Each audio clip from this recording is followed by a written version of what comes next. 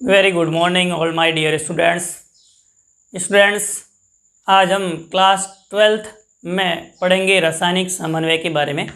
एक क्लास हमारी इससे पहले रासायनिक समन्वय के बारे में हो चुकी थी और रासायनिक समन्वय में जो फर्स्ट क्लास हमने पढ़ी थी उसमें हमने पढ़ा था कि मानव के अंदर जो शरीर की विभिन्न क्रियाएं होती हैं, शारीरिक क्रियाएं होती हैं, उन शारीरिक क्रियाओं के लिए वातावरण के साथ में और शरीर के विभिन्न अंगों में नियंत्रण एवं समन्वय की आवश्यकता होती है।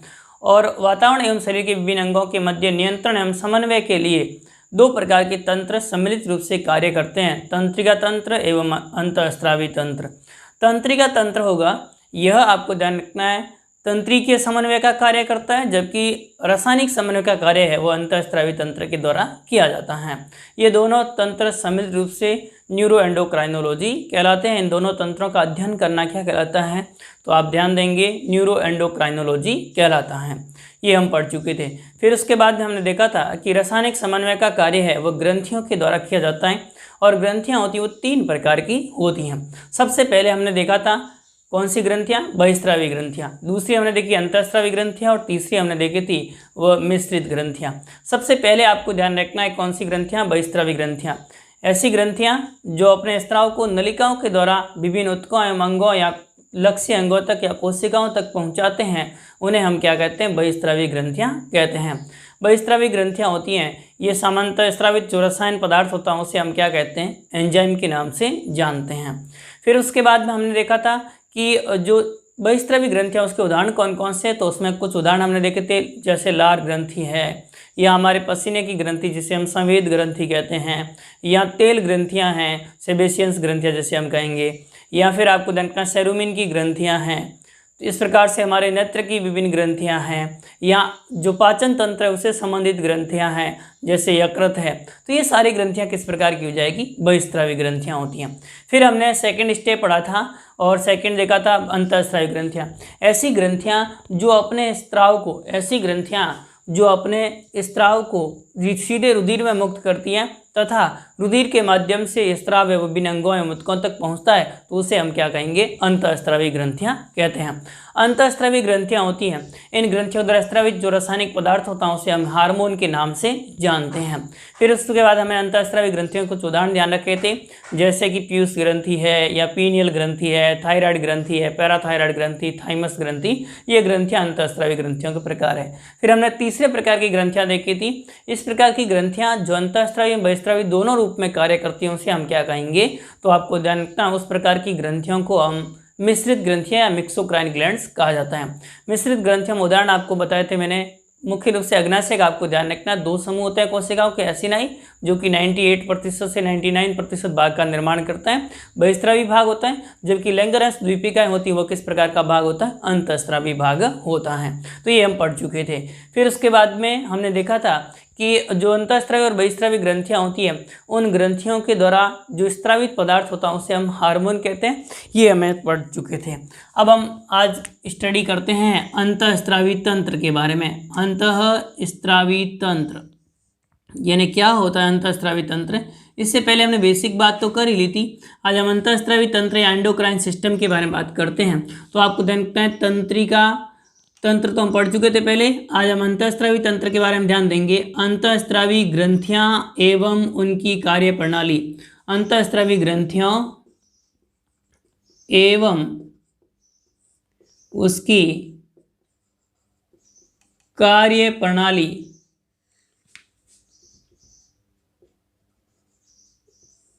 के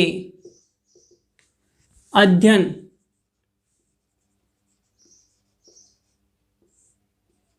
को हम क्या कहते हैं, अंतःस्रावी अध्ययन की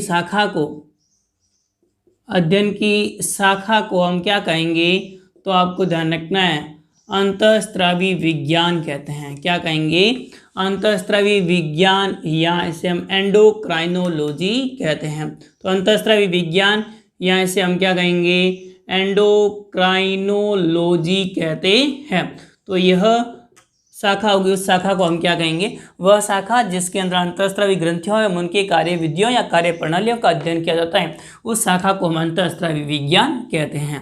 अंतःस्रावी विज्ञान में हमें कुछ साइंटिस्ट के नाम ध्यान रखने हैं। अंतःस्रावी विज्ञान के जनक किसे कहा जाता है? तो आप ध्यान देंगे, अंतःस्रावी विज्ञान के जनक,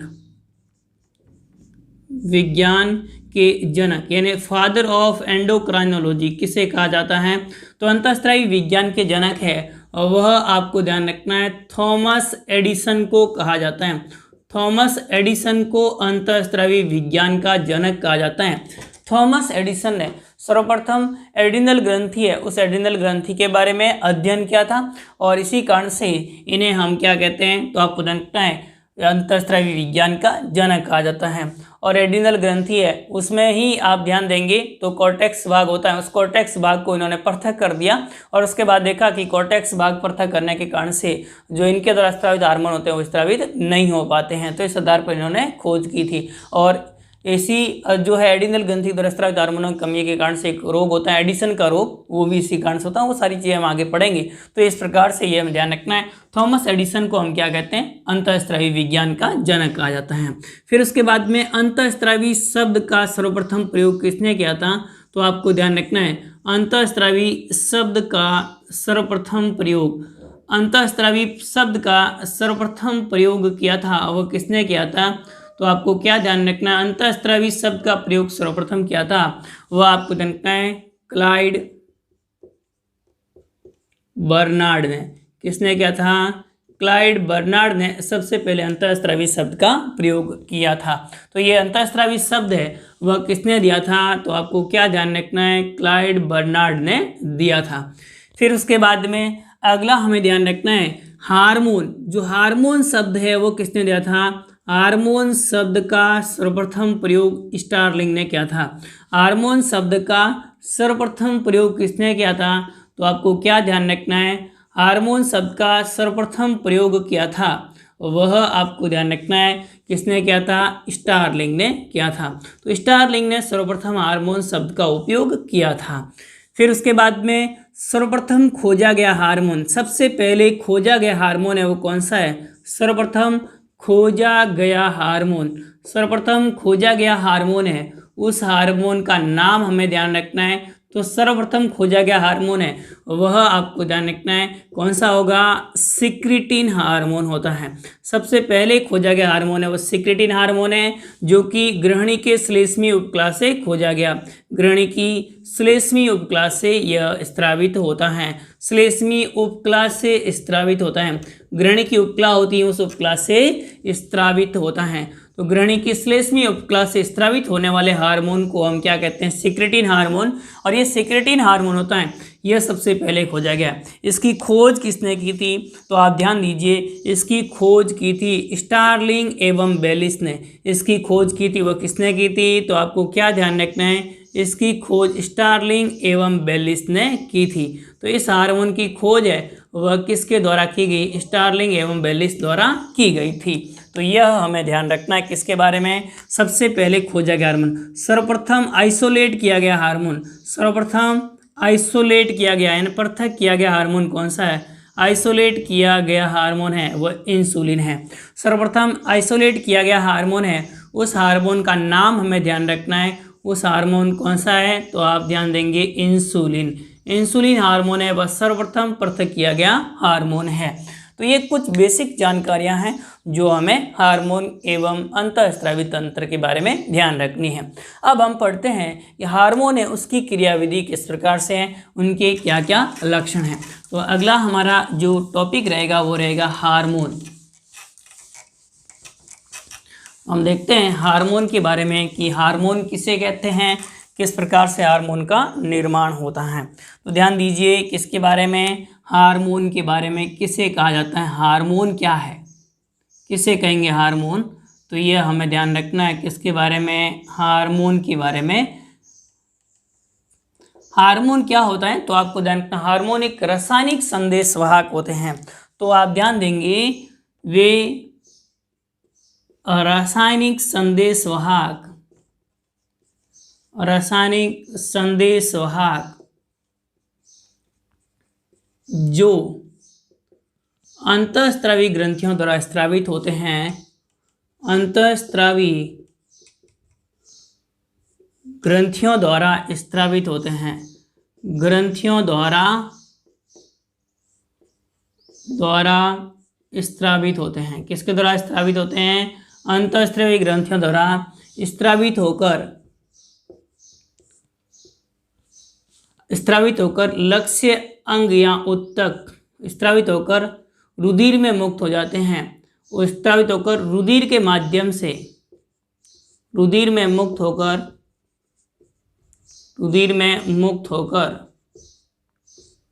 होकर लक्ष्य अंगों तक पहुंचकर अपनी कार्यविधि दर्शाते हैं। लक्ष्य अंगों तक पहुंचकर कार्यविधि दर्शाते हैं। अंगों तक पहुंचकर कार्यविधि दर्शाते हैं। पहुंचकर कार्यविधि दर्शाते हैं, अपना कार्य करते हैं। कार्यविधि दर्शाते हैं, उन्हें हम क्या कहेंगे? हार्मोन कहते हैं। दर्शाते हैं, क्या कहलाएंगे? हार्मोन कहलाते हैं। देखो ये लंबी परिभाषा, थोड़ी सी शॉर्ट भी आप कर सकते हैं इस परिभाषा को। आप ये भी लिख सकते हो सीधा, ये इस प्रकार के जो रासायनिक संवेदवाहक होते हैं जो अंतःस्रावी ग्रंथियों द्वारा स्रावित होते हैं उन्हें हार्मोन कहते हैं। हार्मोन होते हैं ये अंतःस्रावी ग्रंथियों से स्रावित होने के पश्चात रुधिर में मुक्त कर दिए जाते हैं और रुधिर के माध्यम से यह गति करते हुए लक्ष्य अंग या उत्तक तक पहुंचते हैं और उस लक्ष्य अंग या उत्तक तक पहुंचने के पश्चात में कार्य करते हैं। तो उसे हम क्या कहते हैं? हार्मोन कहते हैं। ये मैं पहले ही बता चुका। हार्मोन शब्द सर्वप्रथम स्टारलिंग ने दिया था तथा हार्मोन सबसे पहले खोजा गया हार्मोन वो कौन सा? सिक्रेटिन है और इसकी खोज भी स्टारलिंग एवं बेलिस के द्वारा की गई थी। तो ये हम बता चुका। अब हम देखते हैं हार्मोन है उसकी रासायनिक प्रकृति किस प्रकार की है, हार्मोन की विशेषताएं क्या? हार्मोन की भौतिक एवं रासायनिक विशेषताएं। हार्मोन की भौतिक एवं रासायनिक विशेषताएं यानी कौन कौन सी इसकी भौतिक एवं रासायनिक विशेषताएं होती हैं। तो हार्मोन की भौतिक एवं रासायनिक विशेषताएं हैं, उस बारे में हम अध्ययन करेंगे। तो हार्मोन की रासायनिक एवं भौतिक विशेषताएं कौन कौन सी, उस बारे में देखते हैं। सबसे पहला ध्यान रखना है, हार्मोन होते हैं वे किस प्रकार के पदार्थ होते हैं? तो आपको ध्यान रखना है ये रासायनिक संदेशवाहक होते हैं। किस प्रकार के होते हैं? तो आप ध्यान देंगे रासायनिक संदेशवाहक होते हैं। यानी रासायनिक संदेशवाहक होते हैं जो जीवों के शरीर में संश्लेषित होते हैं। केवल जीवित जीवों के शरीर में ही संश्लेषित होते हैं। जीवित जंतुओं के शरीर में ही क्या होते हैं? संश्लेषित होते हैं। तो जीवित जीवों के शरीर में ही क्या होते हैं? यह संश्लेषित होते हैं, यानी बायोजेनिक होते हैं। किस प्रकार के होते हैं? यह बायोजेनिक होते हैं, जीवित जीवों में संश्लेषित होते हैं। एक विशेषता यह हमें ध्यान रखनी है। दूसरा आप ध्यान देंगे यह अपोषक रसायन होते हैं। किस प्रकार के होते हैं? अपोषक रसायन होते हैं जो सूक्ष्म मात्रा में स्रावित होते हैं तथा अपोषक रसायन है जो अंतरकोशिकीय आपको ध्यान रखना संदेशवाहक का कार्य करते हैं। जो किसका कार्य करते हैं? तो आपको ध्यान रखना है इंटरसेल्युलर अंतरकोशिकीय संदेशवाहक का कार्य करते हैं। अंतरकोशिकीय संदेशवाहक का कार्य करते हैं। तो इस प्रकार से ये हमें ध्यान रखना है, ये अंतरकोशिकीय संदेशवाहक के रूप में कार्य करते हैं। और कैसे होते हैं? नॉन न्यूट्रिएंट होते हैं। देखो ध्यान दें, जैसे कार्बोहाइड्रेट प्रोटीन होता है इनसे हमें ऊर्जा प्राप्त होती है, उसे हम कहते हैं न्यूट्रिएंट पोषक रसायन। और वे रसायन जिससे हमें ऊर्जा प्राप्त नहीं होती हैं ये हमारे शरीर के नियंत्रण एवं समन्वय का कार्य करते हैं, ऊर्जा या उपापचय में कार्य नहीं करते हैं, तो उसे हम क्या कहेंगे? अपोषक रसायन कहते हैं। तो ये किस प्रकार के रसायन होते हैं? अपोषक रसायन होते हैं जो कोशिकीय संदेशवाहक के रूप में कार्य करते हैं, अंतरकोशिकीय संदेशवाहक के रूप में कार्य करते हैं। फिर उसके बाद में हमें ध्यान रखना है कि जो हार्मोन होते हैं ये हार्मोन अति सूक्ष्म मात्रा में स्रावित होते हैं। अति सूक्ष्म मात्रा में स्रावित होते हैं। अति सूक्ष्म मात्रा में क्या होते हैं? स्रावित होते हैं। अति सूक्ष्म मात्रा में क्या होते हैं? स्रावित होते हैं। ये आप ध्यान देंगे हार्मोन होते हैं ये अति सूक्ष्म मात्रा में स्रावित होते हैं तथा अंतःस्रावी ग्रंथियों से मुक्त होने के पश्चात रुधिर के साथ में लक्ष्य अंगों तक पहुंचते हैं। पश्चात रुधिर द्वारा विभिन्न ऊतकों या अंगों तक पहुंचते हैं। विभिन्न ऊतकों एवं अंगों तक पहुंचते हैं।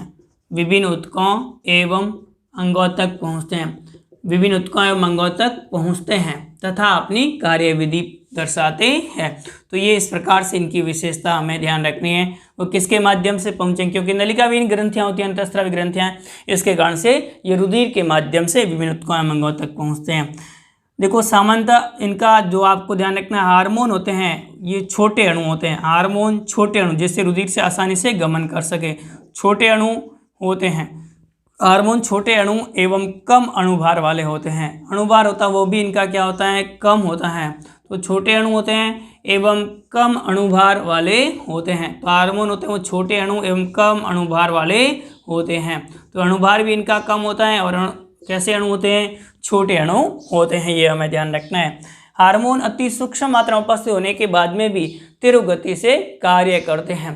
कार्य करने के बाद में हार्मोन होते हैं वह विघटित हो जाते हैं, हार्मोनों का संग्रह नहीं होता है।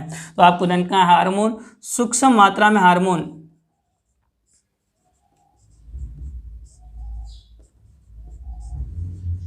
पर भी तीव्र गति से कार्य करते हैं। तीव्र गति से क्या करेंगे, कार्य करेंगे, रिलीज होने के बाद में तीव्र गति से क्या करेंगे, कार्य करेंगे और बाद में क्या हो जाते हैं, नष्ट हो जाते हैं। तीव्र गति से कार्य करते हैं, बाद में क्या हो जाते हैं, नष्ट हो जाते हैं। तो आप क्या ध्यान देंगे, हार्मोन का शरीर में संचय नहीं होता है, हार्मोन का शरीर में संचय नहीं होता है, स्टोरेज नहीं होता है, हार्मोन का शरीर में संचय या संग्रह नहीं होता है। ध्यान दीजिए, इंपॉर्टेंट बात है, हार्मोन का शरीर में संग्रह नहीं होता है, स्टोरेज नहीं होता है। तो किसी भी हार्मोन का शरीर में संग्रह नहीं होता है, परंतु एक अपवाद है। अपवाद कौन सा है, थायरोक्सिन हार्मोन है। ध्यान दीजिए, अपवाद कौन सा है, सवाल कई बार पूछा जाता है, अपवाद कौन सा है, तो आप ध्यान देंगे थायरोक्सिन हार्मोन होता है, जिसे हम T4 हार्मोन भी कहते हैं। थायरोक्सिन हार्मोन होता है जो थायराइड ग्रंथि के द्वारा स्रावित होता है। यह थायरोक्सिन हार्मोन जिसे हम T4 हार्मोन के नाम से भी जानते हैं, यह किस प्रकार का हार्मोन है, तो ये शरीर में संचित किया जा सकता है। बाकी कोई भी हार्मोन होगा उसको शरीर में, उनका शरीर में संग्रह नहीं होता है। अपवाद कौन सा हार्मोन ध्यान रखना है, थायरोक्सिन हार्मोन ध्यान रखना है। और ये आपको ध्यान रखना है, आप उपयोग में लेने के बाद नष्ट हो जाते हैं, और नष्ट किसके द्वारा होते हैं, तो आप ध्यान देंगे यकृत एवं वृक्क में, यकृत एवं किसमें नष्ट हो जाते हैं, वृक्क में, किडनी में इनका क्या हो जाता है, विघटन हो जाता है, इनका क्या हो जाता है। तो आपको ध्यान रखना है, इनका वृक्क एवं यकृत में, यकृत एवं वृक्क में इनका क्या हो जाता है, विघटन हो जाता है, तथा विघटन होने के बाद मूत्र के साथ उत्सर्जित कर दिया जाता है, तथा मूत्र के साथ इन्हें क्या कर दिया जाता है, साथ उत्सर्जित कर दिया जाता है, त्याग दिया जाता है। तो ये मूत्र के साथ में इन्हें क्या कर दिया जाएगा, उत्सर्जित कर दिया जाता है। तो यकृत एवं वृक्क में विघटन होता है और मूत्र के साथ में इनको उत्सर्जित कर दिया जाता है, यह हमें ध्यान रखना है।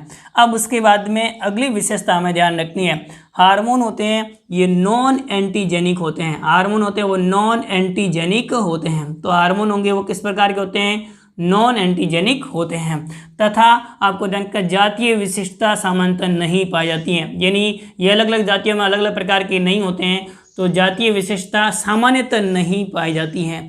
ये नॉन एंटीजेनिक होते हैं और जातीय विशेषता सामान्यतः नहीं पाई जाती हैं। तो आप ध्यान देंगे, जाति विशेष में डिफरेंस नहीं होता, इंसुलिन है वह सभी स्तनधारियों में एक जैसा ही होगा। तो इस प्रकार से आपको ध्यान रखना, इसमें जातीय विशेषता सामान्यतः नहीं होती है और ये नॉन एंटीजेनिक होते हैं, अपने विरुद्ध एंटीबॉडी के निर्माण को प्रेरित नहीं करते हैं।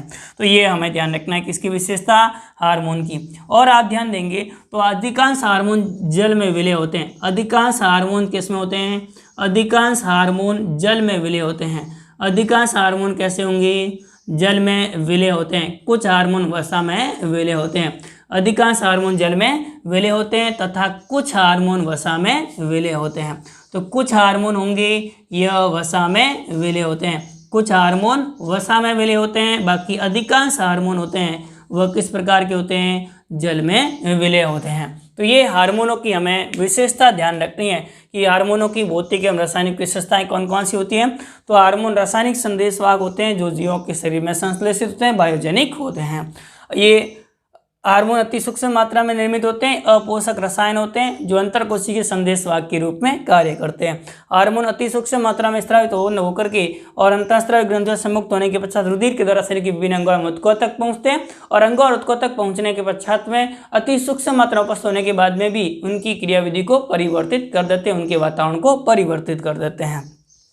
हार्मोन छोटे अणु होते हैं, अणुभार कम होता है, जिसके कारण से रुधिर में आसानी से गमन कर पाते हैं। फिर हार्मोन सूक्ष्म मात्रा में उपस्थित होने पर भी तीव्र गति से कार्य करते हैं और कार्य करने के पश्चात में ये विघटित हो जाते हैं, नष्ट हो जाते हैं। हार्मोन का शरीर में संग्रह नहीं होता, स्टोरेज नहीं होता है, परंतु एक अपवाद है, वो कौन सा है? थायरोक्सिन हार्मोन, जिनका शरीर में संग्रह किया जा सकता है। फिर उसके बाद में आपको जानना हार्मोन होते हैं नॉन एंटीजेनिक एवं जातीय विशेषता का इसमें क्या होता है? अभाव होता है, और अधिकांश हार्मोन जल में विलय तथा कुछ हार्मोन वसा में विलय होते हैं।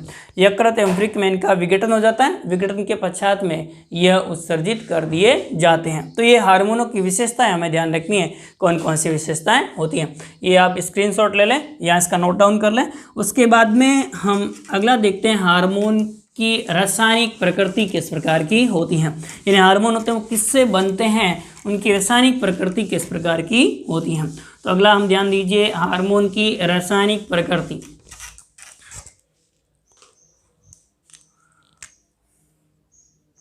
हार्मोनों की रासायनिक प्रकृति यानी कौन से रासायनिक पदार्थों से हार्मोन का निर्माण होता है, रासायनिक प्रकृति किस प्रकार की होती हैं। तो हार्मोनों की रासायनिक प्रकृति के बारे में हम अध्ययन करेंगे। हार्मोनों की रासायनिक प्रकृति किस प्रकार की होती है। ध्यान दीजिए हार्मोन होते हैं वे कार्बोहाइड्रेट से नहीं बने हुए होते हैं।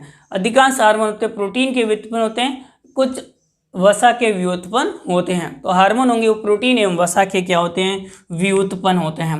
तो व्युत्पन्न के आधार पर या प्रकृति के आधार पर हार्मोन होते हैं वो तीन प्रकार के आप मान सकते हैं। एक तो आपको ध्यान रखना है कौन से व्युत्पन्न हो जाएंगे? प्रोटीन के व्युत्पन्न।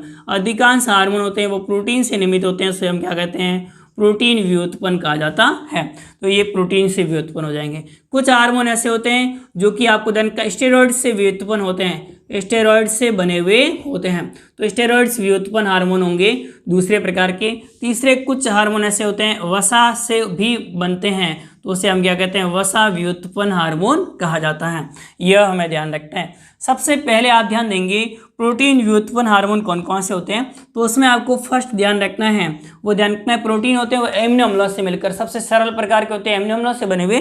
तो इस प्रकार से पहला आपको ध्यान रखना है एमिनो अम्ल व्युत्पन्न, यानी ऐसे हार्मोन जो किसके द्वारा व्युत्पन्न होते हैं? एमिनो अम्लों के द्वारा बनते हैं, उसे हम क्या कहेंगे? एमिनो अम्ल व्युत्पन्न हार्मोन कहा जाता है। और उसमें आप ध्यान देंगे कौन से हार्मोन ऐसे जो एमिनो अम्ल से बने होते हैं। तो आप ध्यान देंगे मेलेनोसाइट हार्मोन। कौन सा हार्मोन ध्यान रखना है?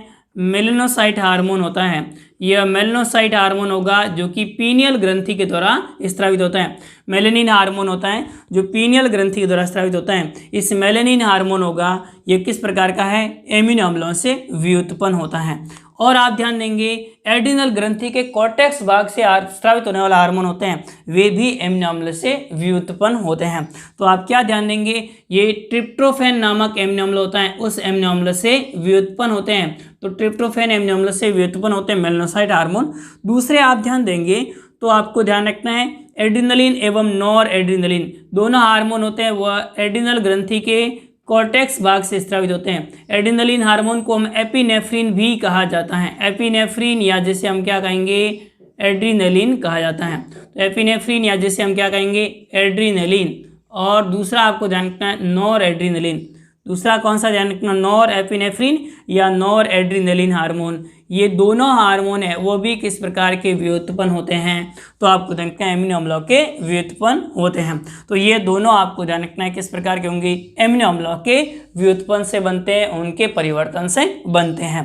तो ये पहले प्रकार के आपको ध्यान रखना है एमिनो अम्लों के व्युत्पन्न से बनने वाले। दूसरे आपको ध्यान रखना है वो एमिनो अम्ल होंगे वो श्रृंखला का निर्माण करेंगे। तो श्रृंखला होगी उसे हम पेप्टाइड श्रृंखला कहेंगे और उससे प्रोटीन बनता है।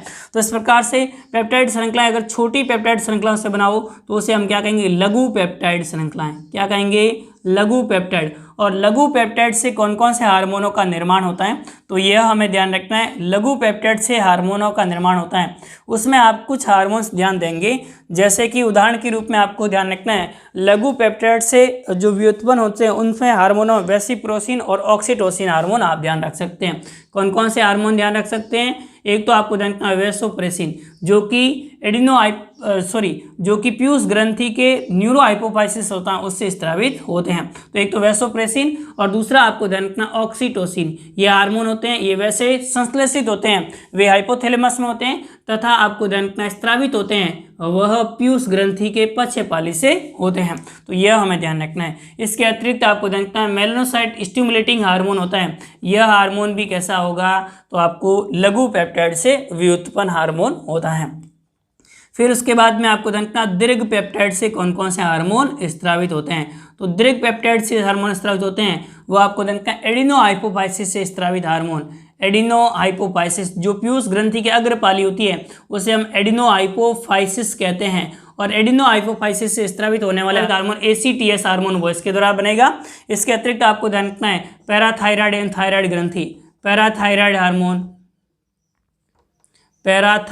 हार्मोन कौन सा हार्मोन हमें ध्यान रखना है, पैराथायराइड हार्मोन। दूसरा आपको ध्यान रखना है थायराइड हार्मोन,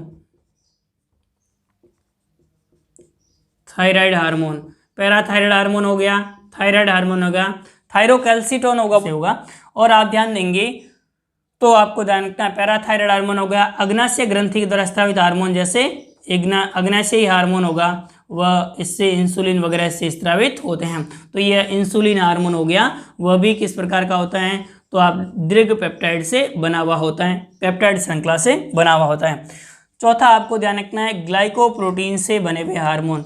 ग्लाइकोप्रोटीन से बने हुए हार्मोन कौन से होते हैं, तो आप उसमें कुछ हार्मोन ध्यान रख सकते हैं। ग्लाइकोप्रोटीन के व्युत्पन्न से भी हार्मोन बनते हैं और उसमें भी एडिनो हाइपोफाइसिस से कुछ स्रावित हार्मोन होते हैं, वह ग्लाइकोप्रोटीन्स प्रकार के हार्मोन्स होते हैं। तो ग्लाइकोप्रोटीन से स्रावित हार्मोन होते हैं, ग्लाइकोप्रोटीन से व्युत्पन्न हार्मोन होते हैं, वह हार्मोन कौन कौन से होते हैं, तो उसमें आप कुछ हार्मोन ध्यान रख सकते हैं, जैसे FSH हो गया, LH हो गया, THS हो गया।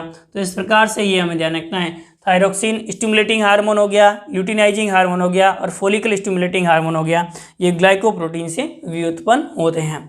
फिर उसके बाद में सेकंड हमें ध्यान रखना है, ये तो सारे हार्मोन किस प्रकार के होते हैं, तो आप ध्यान देंगे प्रोटीन से व्युत्पन्न हार्मोन होते हैं। सेकंड प्रकार के हमें ध्यान रखना है स्टेरॉइड्स प्रकार के हार्मोन। तो इस पर स्टेरॉइड से व्युत्पन्न कौन कौन से हार्मोन होते हैं, तो उसमें आपको क्या ध्यान रखना है कि एक तो आप ध्यान देंगे कि एड्रिनल ग्रंथि के जो, अब देखो ये एड्रिनल ग्रंथि के कौन से भाग से स्रावित दोनों हार्मोन होते हैं, मेडुला भाग से, एड्रिनल मेडुला से स्रावित होते हैं। मैं आगे बताऊंगा आपको, एड्रिनल मेडुला भाग से स्रावित होते हैं। तो एड्रिनल मेडुला भाग होगा एड्रिनल ग्रंथि के, उससे एपिनेफ्रिन और नॉरएपिनेफ्रिन स्रावित होता है, जबकि एड्रिनल ग्रंथि के कॉर्टेक्स भाग से स्रावित हार्मोन होते हैं मेनोलोकॉर्टिकॉइड्स, ग्लूकोकॉर्टिकॉइड्स, वो हार्मोन होंगे वो स्टेरॉइड्स प्रकार के होते हैं। तो एक तो आप एड्रिनल कॉर्टेक्स भाग से स्रावित होने वाले दो हार्मोन जो कि स्टेरॉइड्स प्रकार के होते हैं, एक तो मेनोलोकॉर्टिकॉइड्स हार्मोन और दूसरा आपको जानना है ग्लूकोकॉर्टिकॉइड्स हार्मोन जो कि एड्रिनल कॉर्टेक्स भाग से स्रावित होते हैं। ये दोनों हार्मोन किस प्रकार के होंगे, स्टेरॉइड से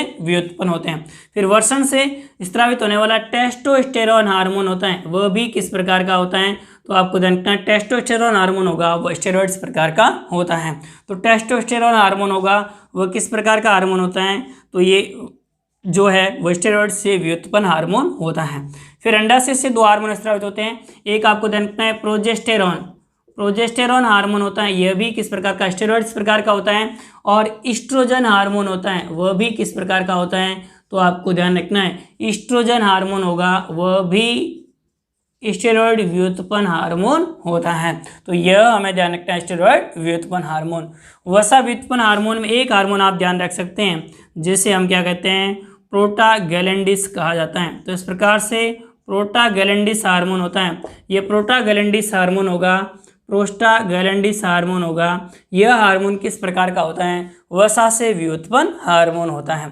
तो ये इस प्रकार से कुछ हार्मोन हैं जो कि अलग अलग भागों से निर्मित होते हैं, अलग अलग भागों से असंश्लेषित होते हैं। आप ऐसा ध्यान रख सकते हैं एमिनो अम्लों के व्युत्पन्न हार्मोन कौन कौन से होते हैं, तो एक तो मेलानोसाइट हार्मोन, एपिनेफ्रिन और आपको जानते हैं नॉर एपिनेफ्रिन हार्मोन होंगे, ये एमिनो अम्लों से व्युत्पन्न होते हैं। एक और आप ध्यान रख सकते हैं, जैसे कि एमिनो अम्ल होगा उसके साथ में आयोडीन जुड़ जाएगा तो आयोडोथायरोनिन से व्युत्पन्न हार्मोन होता है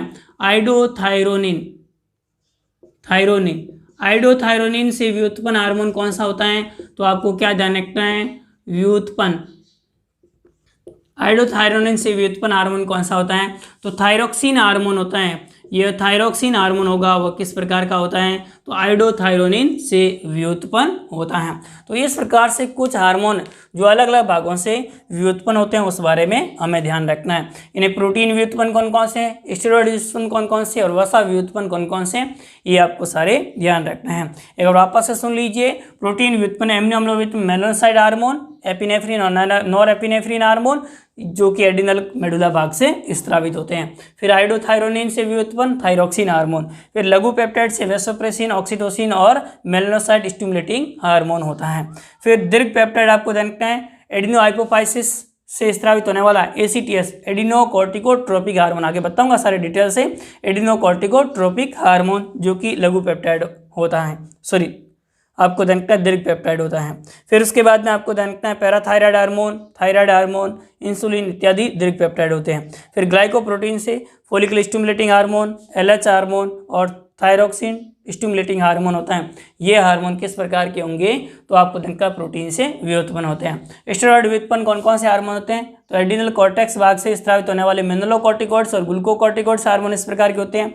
वर्षण से स्त्रावित होने वाले टेस्टोस्टेरोन और अंडा से स्त्रावित प्रोजेस्टेरोन एस्ट्रोजन हार्मोन होते हैं, ये स्टेरॉइड से व्युत्पन्न होते हैं। और वसा से व्युत्पन्न हार्मोन होता है वो एक क्षत्रिय हार्मोन है जो कि प्रोस्टाग्लैंडिस के द्वारा स्त्रावित, जो प्रोस्टाग्लैंडिन हार्मोन है ये एक क्षत्रिय हार्मोन है जो कि वसा से व्युत्पन्न होता है। तो ये इस प्रकार से हमें ध्यान रखना है किसके बारे में, हार्मोनों की रासायनिक प्रकृति के बारे में। अगला हम देखते हैं मानव के अंदर अंतःस्रावी तंत्र होता है, उसमें कौन सी ग्रंथियां उपस्थित होती हैं और मानव अंतःस्रावी तंत्र का निर्माण किस प्रकार से होता है।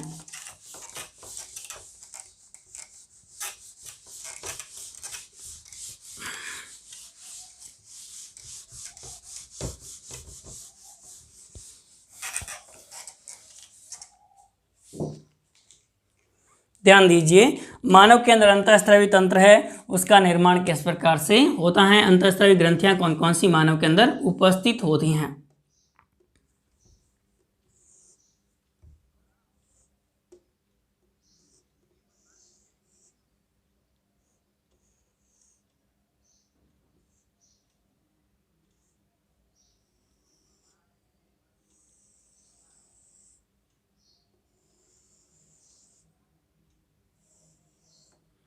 ये इस प्रकार से आप ध्यान देंगे, एक मानव शरीर का हमने एक सामान्य डायग्राम बनाया, ज़्यादा सुंदर नहीं बनाया, ध्यान दें।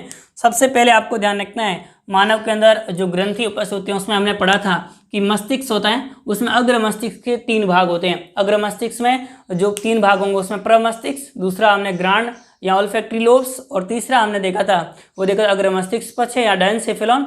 और डायनसेफेलॉन था उसमें जो एपिथैलेमस होता है उस एपिथैलेमस में एक ग्रंथि उपस्थित होती है, पीनियल ग्रंथि कहते हैं। तो ये शरीर में सबसे ऊपर की ओर उपस्थित ग्रंथि होगी, इस ग्रंथि को हम क्या कहेंगे, पीनियल ग्रंथि कहा जाता है। तो ये एक पीनियल ग्रंथि उपस्थित होती है, तो एक ग्रंथि ये ध्यान रखनी है। दूसरी ग्रंथि जो कि हाइपोथैलेमस होता है, उस हाइपोथैलेमस से इनफंडिबुलम की सहायता से जुड़ी हुई रहती है और इस प्रकार से 2 लोब से युक्त ग्रंथि होगी और उस ग्रंथि को हम क्या कहते हैं, तो आपको ध्यान रखना है उस ग्रंथि को हम कहते हैं, ये एक तो ग्रंथि हो गई कौन सी, पीनियल ग्लैंड्स, पीनियल ग्लैंड हो गई, ये हमें ध्यान रखना है। और संख्या में कितनी होती है, 1 होती है पीनियल ग्लैंड्स।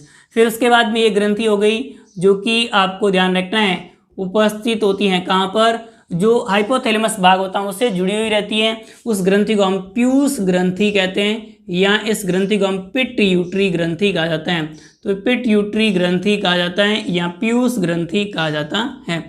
तो पिट्यूटरी ग्लैंड्स हमें ध्यान रखना है। दूसरी ग्रंथि, तीसरी ग्रंथि ध्यान दीजिए, तो आपको ध्यान रखना है जो श्वास नली होती है उस श्वास नली के पार्श्व में एक ग्रंथि उपस्थित होती है। ये इस प्रकार से आप ध्यान देंगे, मनुष्य के अंदर श्वास नली है, ये श्वास नली इस प्रकार से, इस श्वास नली के पार्श्व में एक ग्रंथि उपस्थित होती है। इस प्रकार से जुड़ी हुई H आकार की ग्रंथि होती है जो कि पीछे की ओर से इस प्रकार से जुड़ी हुई रहती है आपस में इस्थमस की सहायता से। और स्तमस्त की सहायता से जुड़ करके और इस प्रकार के भाग का निर्माण करती है। इस ग्रंथि को हम क्या कहेंगे, तो आपको ध्यान रखना है थायराइड ग्रंथि कहा जाता है। तो एक ग्रंथि उपस्थित होती है, इस ग्रंथि को हम क्या कहेंगे, थायराइड ग्रंथि कहा जाता है, जो कि पीछे की ओर जुड़ी हुई रहती है। तो ये ग्रंथि कौन सी हो गई, तो आप ध्यान देंगे थायराइड ग्रंथि होती है। इसी थायराइड ग्रंथि होती है, इसके अंदर ही आपको ध्यान रखना है 4 संख्या में एक ग्रंथि उपस्थित होती है और वो ग्रंथि होती है पैराथायराइड ग्रंथि। तो यह हमें ध्यान रखना है, जो ग्रंथि हो जाएगी वो जो कि एच आकार की होती है और उस ग्रंथि को हम क्या कहते हैं, थायराइड ग्रंथि कहा जाता है। तो इस प्रकार से ये ग्रंथि हो जाएगी थायराइड ग्रंथि होती हैं, ये हमें ध्यान रखना है। तो ये थायराइड ग्लैंड्स होती हैं, थायराइड ग्लैंड्स। और थायराइड ग्लैंड के अंदर ही आपको ध्यान के संख्या में कितनी होती है, 1 होती है। पीयूष ग्रंथि भी संख्या में कितनी होती है, 1 होती है। फिर उसके बाद में आपको ध्यान रखना है, ये ग्रंथि उपस्थित होती है जो कि थायराइड ग्रंथि के अंदर उपस्थित होती है, उसे हम क्या कहते हैं, पैराथायराइड ग्रंथि कहा जाता है।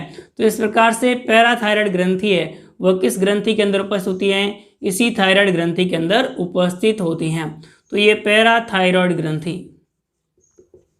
पैराथायराइड ग्लैंड्स उपस्थित होती हैं। ये हमें ध्यान रखना है किसके बारे में, थायराइड और पैराथायराइड ग्रंथि के बारे में।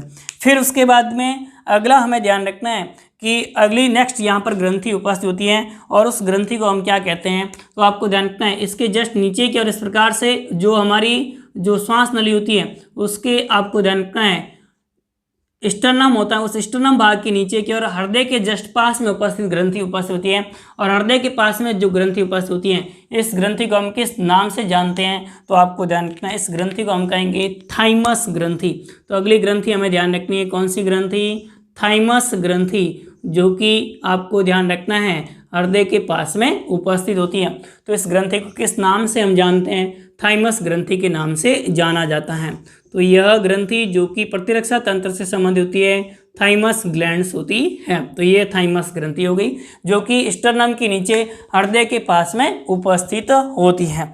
अगली नेक्स्ट हमें ध्यान रखनी है जो कि आहारनाल के अंदर उपस्थित होती है। और आहारनाल में जो आहारनाल की यू आकार की संरचना होती है जिसे हम ग्रहणी कहते हैं, उस ग्रहणी भाग के मध्य में इस प्रकार की ग्रंथि उपस्थित होती है और इस ग्रंथि को हम क्या कहते हैं, तो आपको ध्यान रखना है इस प्रकार की ग्रंथि उपस्थित होगी जिसे हम पेंक्रियाज कहते हैं, अग्नाशय कहा जाता है। तो ये कौन सी ग्रंथि हो जाएगी, अग्नाशय ग्रंथि होती है, पेंक्रियाज होती हैं। तो अग्नाशय या जिसे हम क्या कहेंगे, पेंक्रियाज कहेंगे। तो इस प्रकार से अग्नाशय या पेंक्रियाज उपस्थित होता है।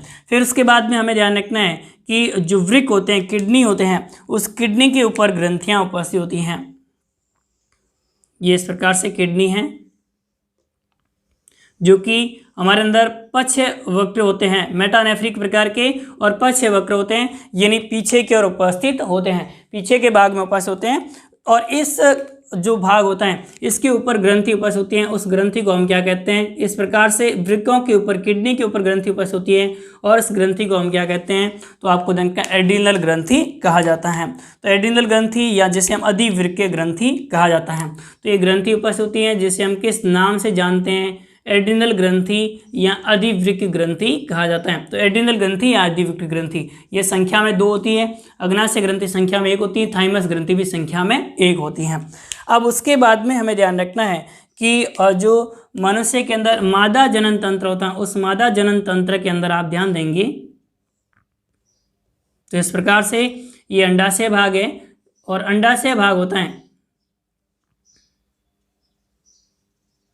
उस अंडाशय से जुड़ी हुई, आपको ध्यान रखनी है। ये तो पूरा है वो हमारी जो जो आपको ध्यान रखना है मादा जनन तंत्र होता है, उस मादा जनन तंत्र से जुड़ी हुई आपको ध्यान रखना है यहाँ पर ग्रंथियाँ उपस्थित होती हैं जिसे हम अंडाशय कहते हैं। तो ये भाग हो गया, वो कौन सा हो गया, अंडाशय, जो कि कहाँ पर उपस्थित होता है, तो आपको ध्यान रखना है मादा जनन तंत्र में, ये मादाओं में उपस्थित होता है। और संख्या में कितने होते हैं, 1 जोड़ी होते हैं, यानी 2 होते हैं। अब मैं इसी डायग्राम बना रहा हूँ, वैसे ये आपको ध्यान रखना है अलग अलग होंगे, यानी नर में होंगे वह आपको ध्यान रखना है वर्षण होंगे, जबकि मादा में क्या होते हैं, अंडाशय होते हैं।